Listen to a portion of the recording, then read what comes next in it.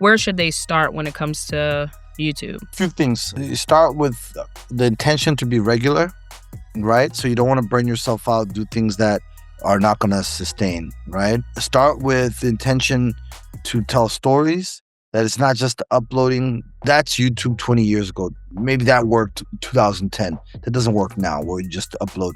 Have a strategy, have a release strategy, have content before the premium content that you care about. If you really care about a new song or new video, do trailers before, do lyric videos, do visualizers, do vlogs. Shoulder programming, that premium one, that flagship piece, valuable, right? Called shoulder programming is like, okay, this is my music video. The shoulder is like before and after. So before, I'm gonna drop you the trailer. We'll do a live stream. We're gonna do a live redirect. We're gonna redirect everyone to the premiere of the music video. The afterwards is behind the scenes. You know what I mean? Mm-hmm. Reaction videos, or you know what I mean? Is other people, your interviews on other channels. You put them in your community posts, or you do a collab with another channel because you did a front porch with Nucci. You know what I mean? So he's like, okay, boom. That's the storytelling I'm talking about. It's like, see, not just uploading. That's boring. Nobody wants that. There's 6 billion hours gets uploaded to YouTube. So you're asking for your music or your content to be buried if you do it that way, right? Think about things like monetization, that you're not doing anything that disqualifies you from advertisers running ads on stuff. You know what I mean? Have a parasocial relationship with your audience where you're talking as if you're talking to human beings. Cross-promote on your social media.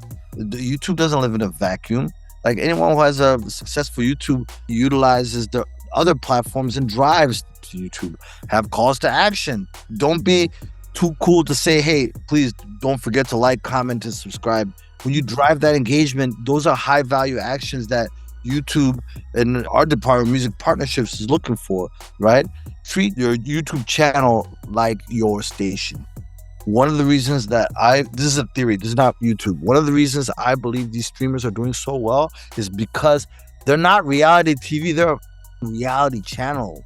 Like, you know what I mean? They're programming, they're treating their streaming like a channel, like the way we used to program BET or MTV, which is like we had to feed the beast. It had to always be on, that people need to know what my nickname is, or they have biological clocks. Around 3 o'clock, all the kids are coming home from school, you know what I mean? Or they're coming from soccer practice, or at night they're getting in the mood for love, so we'll put some midnight love, like, you know what I mean? So that type of thoughtfulness into your channel, your strategy, your presence on the platform, the way you communicate, that the people are connecting with you, that you know who your audience is, that you're looking at your analytics in YouTube Studio,